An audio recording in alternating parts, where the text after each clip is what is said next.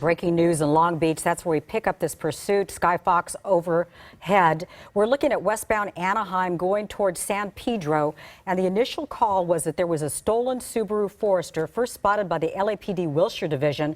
They gave chase, and that's where we pick it up right now. We're going to go to Dennis Sine, our police specialist. And Dennis, what are you seeing right now? What do you perceive this to be? Well, this is obviously a high-speed pursuit, and individuals driving in a very careless, reckless manner. And wouldn't surprise me if he T-bones a vehicle as he traverses those intersections. He's passing, as we see, a large truck. He's now continuing at a high rate of speed. He's been doing this for a long period of time. He was slowing down earlier, but he's speeding up. And currently, there's not a lot of traffic on the road he's on, but he's gone through a lot of heavy traffic areas. As you see those intersections he's passing, whether the light is green or red, that's very, very dangerous for cross traffic. They've got air units overhead. They've got ground units. This is an extensive delay in this pursuit. Normally it would come to an end by now. I think at one time they tried to do a pit maneuver, and that didn't work. But he's hit a couple of cars as he's making this move. I understand it might be a stolen vehicle, but the bottom line is it's very reckless, very dangerous, and we're in a populated area with a lot of traffic. And as you can see, the reckless fashion in which he's driving through these intersections. Here we're going to come up, and he's going to be stuck between these trucks, and we'll see what happens at this particular juncture. What he'll do is weasel his way through that, and that's what he's continuing to do. Here we go, and he doesn't have any hesitation on hitting cars along the way because he's hit a number of cars up to this point. So now he's slowing down because of traffic, but I think the speed was up to 80 miles an hour prior to this particular time. There we see I think a sheriff's helicopter overhead. So there's a lot of law enforcement. This person obviously knows he's hot, and this pursuit is continuing, and he's in the Long Beach area. Here we go. Going to make this transition in a populated area now. He comes from populated areas to pretty desolate areas, but you see what he's doing is moving in and out of the traffic as fast as he can. Here he's speeding up again. He was up to 80 miles an hour earlier, so now we're going again at a high rate of speed as traffic clears. So he's going to continue on this pattern, passing these vehicles along the way, and hopefully pit maneuver, but not at this speed. It's too fast for a pit maneuver, or fortunately, no one's been seriously injured at this time, but it's only a matter of time if he continues at this speed through this type of environment where we've got, now he's going to pass on the shoulder, as we see, very, very dangerous. That's how you get a blowout in your tire. So it's very reckless, very dangerous, and the motoring public who's not aware, he comes upon them on the left. They're shocked when they see this happening. But obviously the people who are watching it on TV, joining us on Fox 11, can see how dangerous it is. Not only dangerous for this individual, but dangerous for the law enforcement officers that are pursuing. I understand it's been with LAPD, Sheriff's Department, and now in the Long Beach area. So he's not slowing down. It's a Forester, a Subaru Forester, which is a very well-built car. This person is not stopping, continuing to violate everywhere he goes. And as you see, he's going to sideswipe some cars as he's traversing Dennis, roads. we're also hearing now he's on the southbound 110 freeway. It looks like he is he's now making a U-turn there. You're a police specialist. Describe what the strategy is for police right now, because they don't seem to be right behind him. They're certainly giving him some room. Well, they're giving him some room because of the opportunity that he has that they don't have. They've got to drive in a careful manner. They don't want to jeopardize the public. They've got air units overhead, so the air units will keep track of this as long as it goes. There'll be ground units that are positioned along the way. They'll eventually apprehend this individual, but they're not going to put themselves and the public in danger to see this crazy driving pattern. There goes the sheriff's helicopter overhead. So they've got him under observation, and they'll continue with that until this comes to an end. As you see, he's coming down now, slowing down through the intersection. I can't tell you how many red lights he's going through, but he just has no concern for the motoring public or for safety on the roadway. So he's making a turn to us, probably doesn't know where he's at, and he's just trying to find his way through the maze. But there'll be units that are in the vicinity, units on the area. But again, the air units overhead is going to continually maintain that observation. And when he finally comes to a situation where he gets involved in a collision, because I don't see this individual stopping voluntarily, then they'll apprehend him. But the units are not going to jeopardize the public by driving in a careless fashion. Now he's being stopped. It doesn't- Looks like there's the left side of his car, it looks like it he's... looks impaired in some way. Yeah, it looks like part of the bumper is maybe hanging off of that. You talked about the pit maneuver earlier. Obviously, he's got to be going a lot slower than that. Can they do anything, spike strips or something like that, to try to slow him down? They could. That's a possibility, but they've got to position themselves ahead of the pursuit. And knowing where he's at now, it looks like he's in a storage area where they've got the cargo that comes in through Long Beach. Obviously, an area that doesn't have a lot of traffic other than the cargo. I don't think this person knows exactly where they are. They're Hey, struggling. Dennis? Yes. He's obviously in an industrial section here of Wilmington. This is all in the South Bay area of Southern California. Right. Let's talk about the fact that this was an initial call of a stolen vehicle. How dangerous would you consider the situation to be, given that this is theoretically stolen vehicle? Well, if it is a stolen vehicle, did the individual steal at gunpoint? Did the individual steal it from a car dealer? There's no telling, but obviously it's a felony if it's a stolen car. But it's always compounded by the situations taking place with the hit and runs and the other situation that this individual has caused to the motoring public. So if it was a stolen car and it started with a stolen car, it's complicated now, and it's really gotten much more serious than just a stolen vehicle. And as you see, this individual is in an area that is restricted to the public. The public can't be in this area, and he may find himself in an awkward position as we see the chopper again, the sheriff's air unit overhead. Yeah, Dennis. He doesn't know where he's going. Well, when you start getting into these ports, too, as you just mentioned, we know that law enforcement carefully monitors them. So he might find himself surrounded and with a disabled car, it appears, from what we're able to see. It looks Exactly. like he is really stuck in this location here. It's not often you see somebody get stuck in an area like this. Normally they just stay on the freeways and the side streets.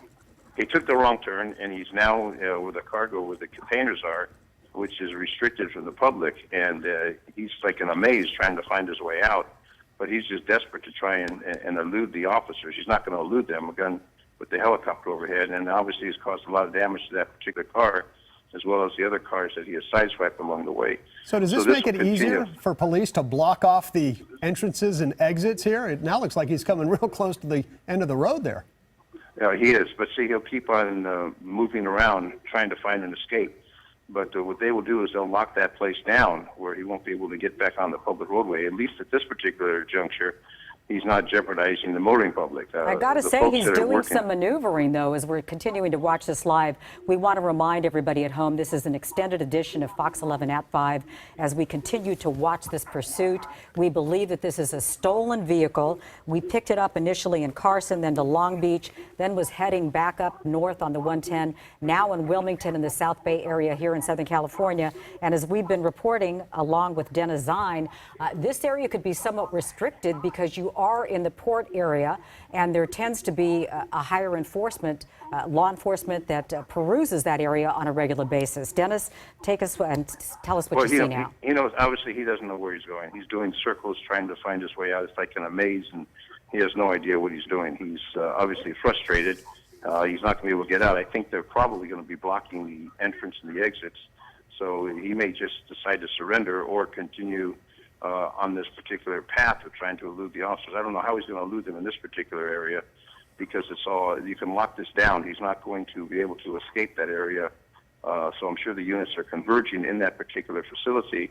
Again, you've got air units overhead, you got the Sheriff's Department overhead, you got Long Beach PD, you got the Harbor Police. There's a lot of agencies, and that's a restricted area, and there's cargo in there. And obviously, it's not open to the general public. So this individual is violating numerous laws, jeopardizing a lot of people, and he'll continue on this until he either runs out of gas or collides with someone, or hopefully he'll surrender. I don't see him surrendering, though, with the way he's driving. But you can tell he doesn't know how to get out. He's continuing to do circles and trying to maneuver himself out of that place. He's like a rat in a maze and he can't get out, Dennis. The good news is that there doesn't seem to be anybody in that area, so nobody's really in danger. They do have crews working down there, but there are crews that are assigned to the port that are assigned there, but it's not open to the general public, and this is obviously unusual. I'm sure they've notified the Harbor Police. They've got law enforcement in that area that's assigned to maintain the cargo, maintain the safety of that area. So it's a dangerous area where he's now traversing, but he doesn't know. As you see, he's going in circles, has no idea how to get out. It's kind of like, caught in a maze. And he put himself into that maze, and hopefully he will come to the realization that he's not going to escape, and he'll turn the car off and surrender and go to jail, and the criminal justice system will take over that. But at this particular time, he's just like a cat and a mouse going back and forth, not finding an escape route. And there is no escape route. There's one way in, one way out. So he's going to be stuck until he decides what he wants to do. But what he's doing now is basically going back and forth, in and out. There's an entrance, there's an exit, and he's caught in the middle. And if the officers deployed properly, they will have blocked that entrance and that exit, so he can't escape through there and get back on the public roadway. At least in this area, he's not jeopardizing the motoring public and the public that are on the sidewalks in the community.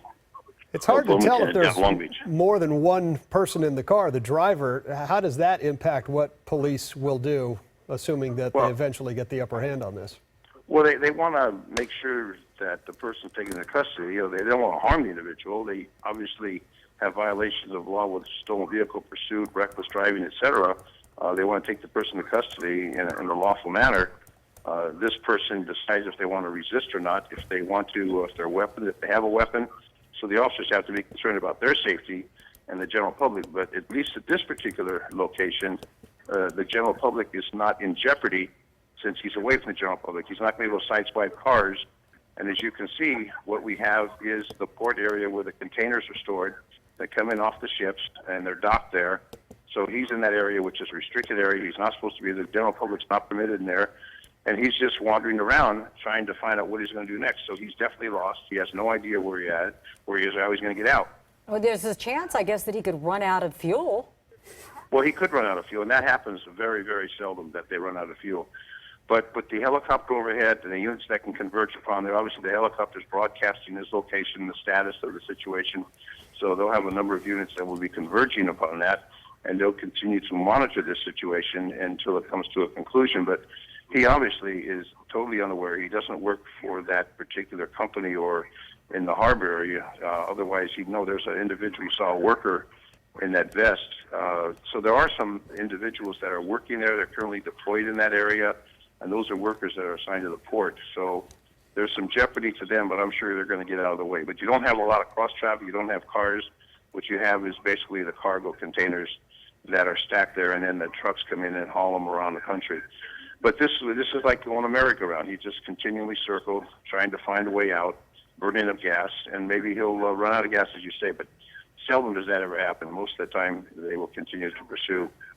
They're not going to do a pit maneuver in this area. They may do a spike strip, but they're not going to do a pit maneuver in this particular location. As you see, there's no units that are following him, but they got the units, the helicopter overhead, and there's units that are, I'm sure, at the entrance and the exits, and they're just standing by to see when this comes to an end, because there's no purpose in following him in there, and he's not going to stop. They already know he's not going to stop because of what he's already done when he was traveling through the streets of Long Beach, Wilmington, and other areas. Dennis, I'm just looking up where he is. You see the letters WBCT. That stands for the West Basin Container Terminal, and that's on John S. Gibson Boulevard there in San Pedro. And this is a transportation service in Los Angeles. It's obviously a container terminal, but that's what the WBCT stands for as he continues along there.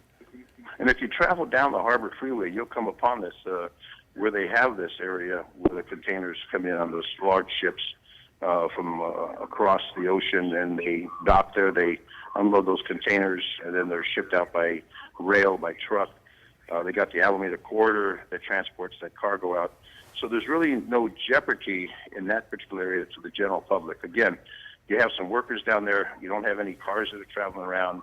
As we saw earlier, he was colliding with cars, sideswiping cars. So he was in a very dangerous fashion for the general public. Here he is isolated, which then affords the public safety. As far as what he's doing, as you see, he keeps on going back and forth, trying to find his way out, and obviously he's not being very successful with it. So the danger to the public is negligible in this particular area. Other than the workers, I'm sure the workers are aware of what's going on. They don't see cars traveling around there. What they find is the cargo ships come in. They have some vehicles that are... And he's getting out. He's getting out. He's on foot. There we go. Yeah. Okay, now the car, he didn't stop the car, so the car's going to go. He's climbing up some kind of a Here comes structure the there. Here police. comes the black and whites. He's going up into the rigs. Now the units are right behind him, so there'll be, there's LAPD. So he's climbing up the rig. We'll see how good a shape he is then, because this isn't easy. Well, Well, he's definitely taking those stairs, but again, you got an air unit overhead. It doesn't look like he's got any weapons in his hand. He's just climbing up. I don't know where he plans to go because there's no way to get out of there. He's just putting himself in a more awkward position. And what they'll do is they'll converge the ground units in that area, and they can contain him in that area. And whatever they use to capture him, they will utilize. But he's put himself in a real awkward position now. But the car, I don't know where the car went, but he didn't stop the car. Right, Right. just kept driving forward. There was no emergency brake on. Now, which agency do you think this is? LAPD. You do think? It's Okay. the Harbor Police LAPD. The first unit on the scene was LAPD. Okay. They did have a sheriff's unit overhead. I'm sure they'll bring in the harbor units from Harbor Division that will be converging upon this area. And you just see what he's doing. I don't think he works here. I don't think he knows what he's doing. If he did, he would have done this a lot earlier. But he's going high ground, and high ground doesn't give him an opportunity to escape. So maybe he's got some issues that he's dealing with. And obviously his issues are going to be more intense. Whatever they're going to do, they're going to develop a tactical plan. They got all the time on their side now because there's no more danger to the public. Again, he's in an isolated area. This could take hours for him to be that's taken what I into was just custody. thinking, Dennis. This could be potentially a very lengthy standoff if he just decides to camp out there for hours. Exactly. But again, there's no more danger to the general public. He's not going to be sideswiping anyone, not going to hit anyone. So they will take him into custody eventually, but they will surround this area. They'll bring in the SWAT team if that's necessary. They got the ground units. They got air units. He's not going to be able to go anywhere. I mean, he's got himself in quite a trap where he decided to. He may have been better jumping in the water, but I don't know if he can swim or not. Well, But they where he's eventually- At this point, really, the LAPD has a complete upper hand because he's in an area where he can't get out. Now can't. he's walked up this Now you structure. see the ground, right? Right. You see the ground units. So they'll surround this facility. There's some motor officers, motorcycle officers. You'll have a number of units that will converge upon this facility, and they know where he's at. He's not going to be able to jump out of there, so he can go in one of the lockers up in that area. He can go into the container room, but he's not going to be able to get. He's really put himself in a position of disadvantage. The officers are now in a position of advantage. And they have time on their side, so they can take as long as they need in order to take him into custody. So this is going to be a standoff now. I don't see him surrendering in a timely manner. But fortunately, there's no more pursuit. The car hopefully came to a stop in a safe manner, and this will go on maybe for hours. They'll bring the negotiating team. They'll bring in all kinds of resources to try and bring him into custody. But it's going to be a long time, according to what he has done so far. He doesn't want to surrender and go to jail. They're not going to force the issue and try to go grab him. They'll just let time wait him elapse out. and just No, wait they're him not, out, right? gonna, they're not going to be climbing those stairs. And if he has a weapon, they're not going to expose themselves to that danger. And he's not going to jump off. He's not going to jump off of there. You just saw the LAPD helicopter fly by. So again, they got a lot of resources. Harbor Division. They'll probably bring in a Metro team. The harbor has the police, the port police. So there's a number of resources available, and what they'll do is convert on that location. You'll probably see a lot more black and white showing up, and a supervisor will take command, and they'll lock down the facility to make sure that he won't escape. If he wants to jump in the water, I don't think there's a vantage point at that particular location for him to jump in the water. What's the strategy of the negotiator to try to get him down? They're obviously schooled in that kind of thing. Right, but obviously he's resistant to being taken into custody. That's why we saw the pursuit. But again, on the good side of this, there's no more jeopardy to the public. There's no more high-speed pursuit. There's no more side-swiping cars.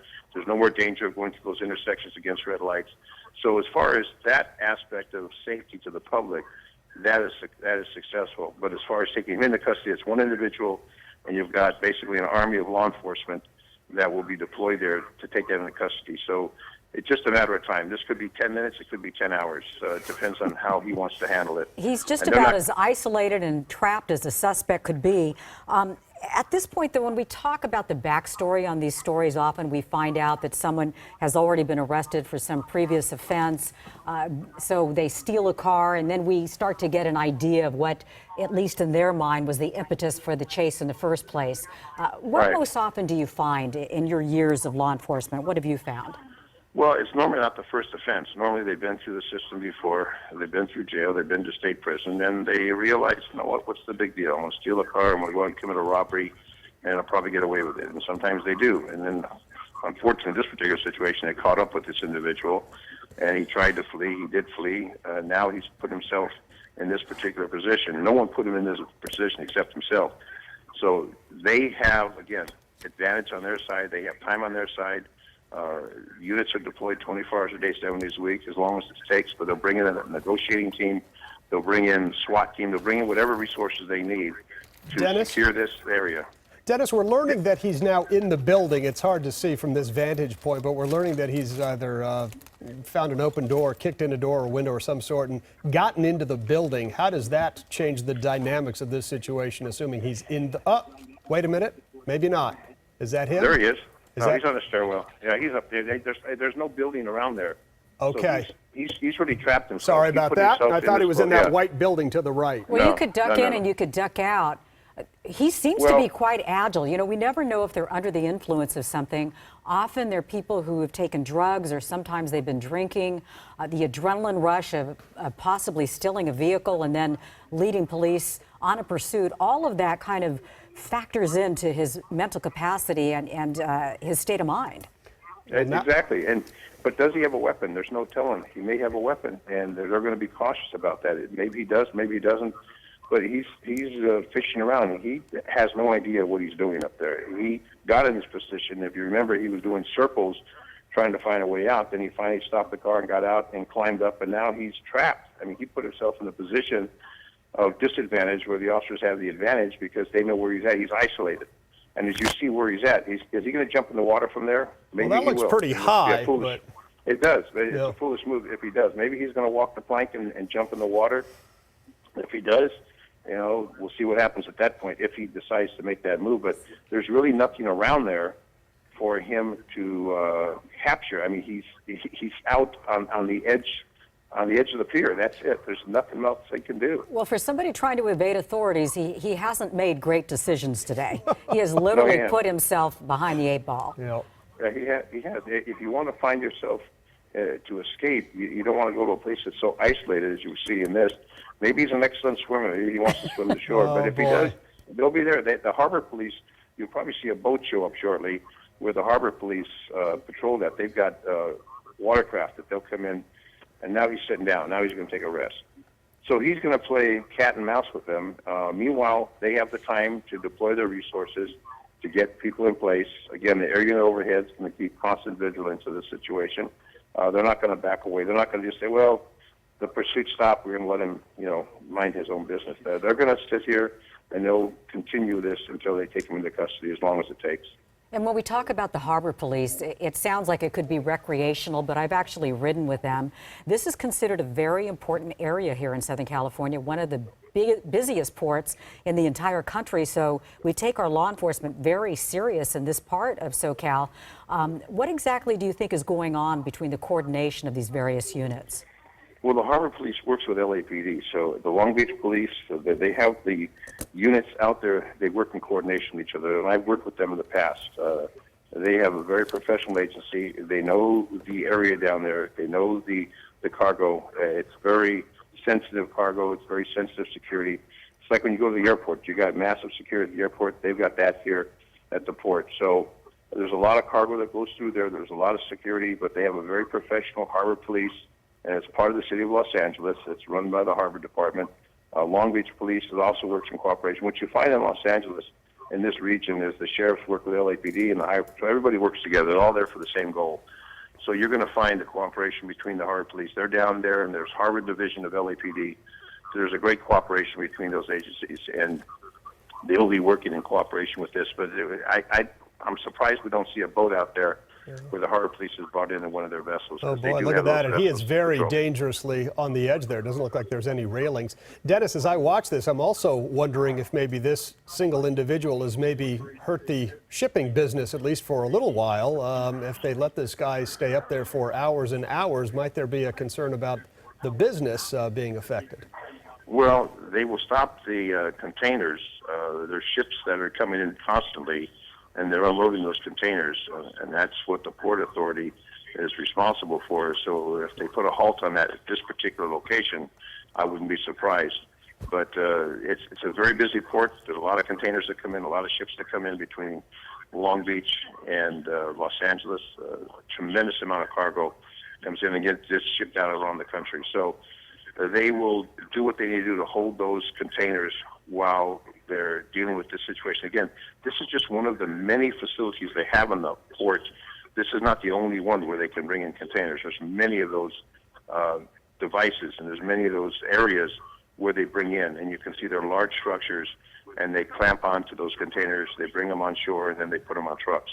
But this is just one of the many, and he's obviously contained. He's not going to be able to get down from there without the authorities capturing him. Again, you saw the sheriff's helicopter overhead, so you got LAPD, and you got sheriffs, and you got the ground units between the LAPD, the Long Beach, the harbor. There's plenty of resources to take this one individual into custody, and he's just sitting down, and he's relaxing while the law enforcement authorities are getting their plan developed on what they're going to do.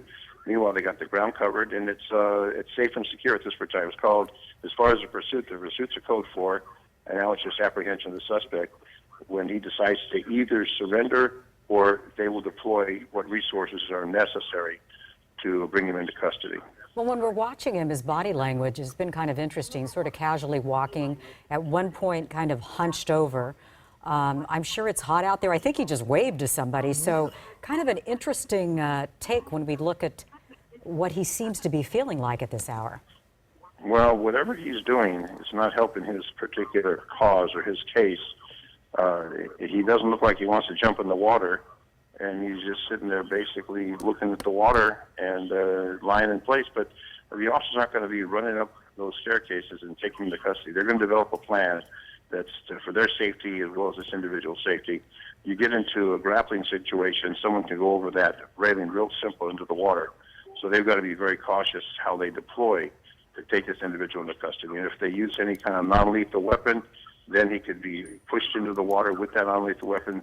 So there's a lot of consideration that takes place when you want to apprehend someone in this particular situation. It's very unusual to have a situation like this, but it is not, it's happened in the past where people have put themselves in precarious positions and eventually they get taken into custody. So while this is an unusual pursuit, a lot of side swipes, a lot of high-speed driving, and this is how he decided to bring it to an end.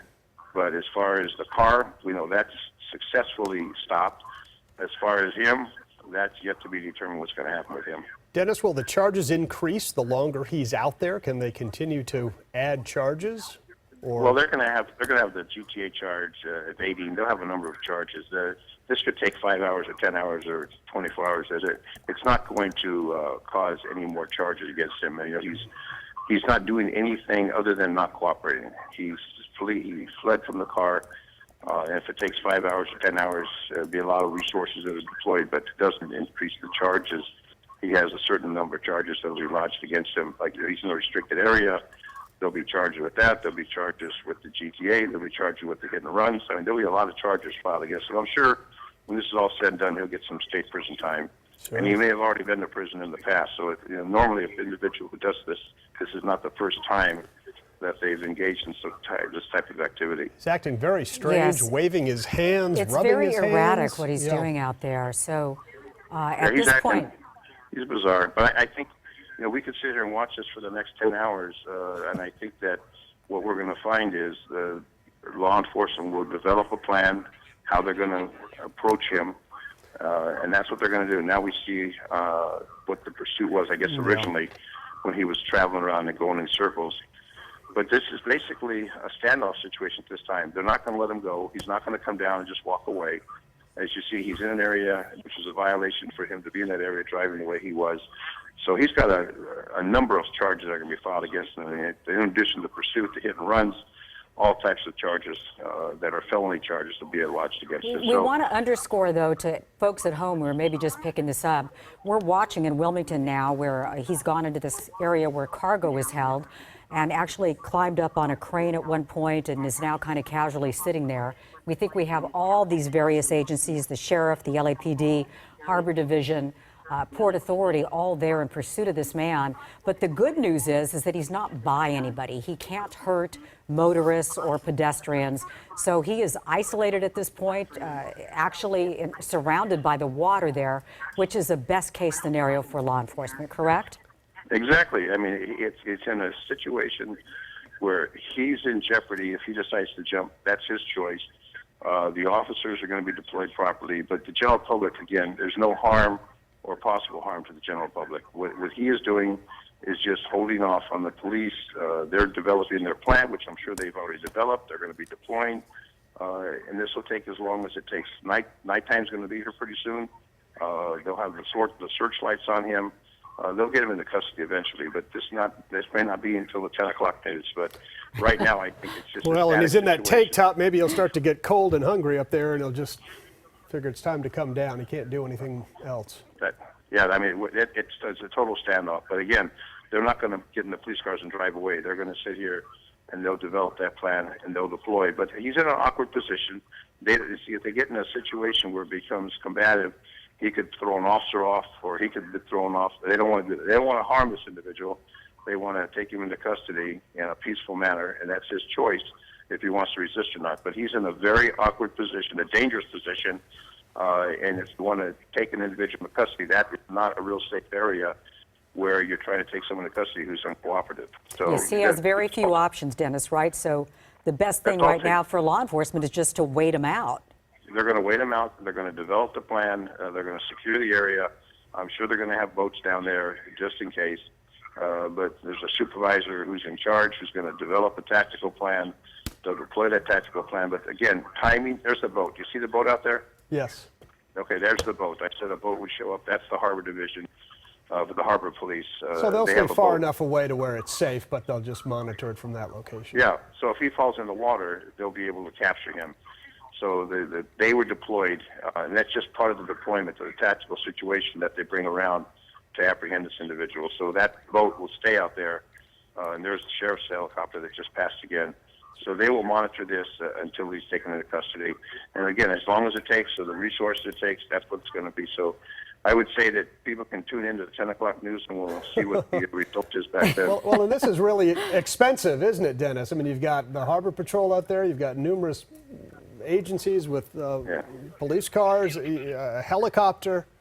Everything. It's very expensive. One individual who, he has the right to be viewed innocent till guilty, and officers will do this in a very professional manner. They don't want to harm the individual. They want to do it in a professional, safe manner for him as well as themselves. And some people say, well, just throw him off into the water. It doesn't work that way. They don't want to do that. They want to do it so he's safe. He'll go to jail. He'll go to court. The criminal justice system will take over. But the officers are very professional. They've been trained to handle these situations. Again, this is not the first time this has happened. But he's got a variety of charges that are going to be filed against him. And again, time is on the side of law enforcement. They've got the boat out there, which I predicted they'd have. The tactical plan's being developed.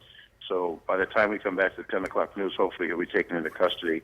And that'll be what we say a code 4, suspect in custody. Well, Dennis, you've been around the block before. Can you ever recall having a chase end up in one of the ports here in Southern California where somebody actually jumped on a crane who was a suspect? Well, there was a neighboring station, Channel 5, where the tower in front, where an individual was perched on that tower. There's been situations where people have done these crazy things, and they finally get taken into custody. But on Fox 11, you don't have any towers to worry about. But in this particular case, fortunately, you don't have any towers to worry about. But what happened in this particular case is he's down in Wilmington, and he's fishing around trying to find an escape route. He didn't find an escape route. He jumped out of the car and let the car go, and there he is. So he has no idea where he is or what he's doing, other than he's just doing it. So this was not planned. This was totally by opportunity. And he ended up there thinking that he might jump out. I'm going to climb up. Well, what am I doing when I climb up? He didn't think about the consequences. Now he's up there. What's he supposed to do? Well, the plan went awry, we believe, because he went from Carson, he went to Long Beach, then San Pedro, and now ending up in Wilmington. They're in the port area here in Southern California. So you got to believe that the guy at one point said, I made a lot of bad decisions, so I'm just going to make a run for it on foot. And that's where we see him at this hour, basically trapped by law enforcement who are in pursuit of him. We believe that the initial call was a stolen vehicle, and the LAPD called in that vehicle, and here we are. It'd be nice to know what happened to that car, because I know when he got out of that car, it was still running. That car may have gone in the water. I don't know. But we may want to follow up and see what happened with the car that he jumped out of and then ran up into this tower, this crane. So that's another question, is what happened to the car. Dennis, thank you so much. We're going to leave this pursuit here Right. for the moment. We encourage everybody to go over to our website, Fox LA. We'll be covering it there, and we'll, of course, have the very latest for you coming up on the Fox 11 10 o'clock news. But once again, this man continues to be perched up there in this area, in the Long Beach area, and we'll have the latest for you coming up at 10. We'll see you then.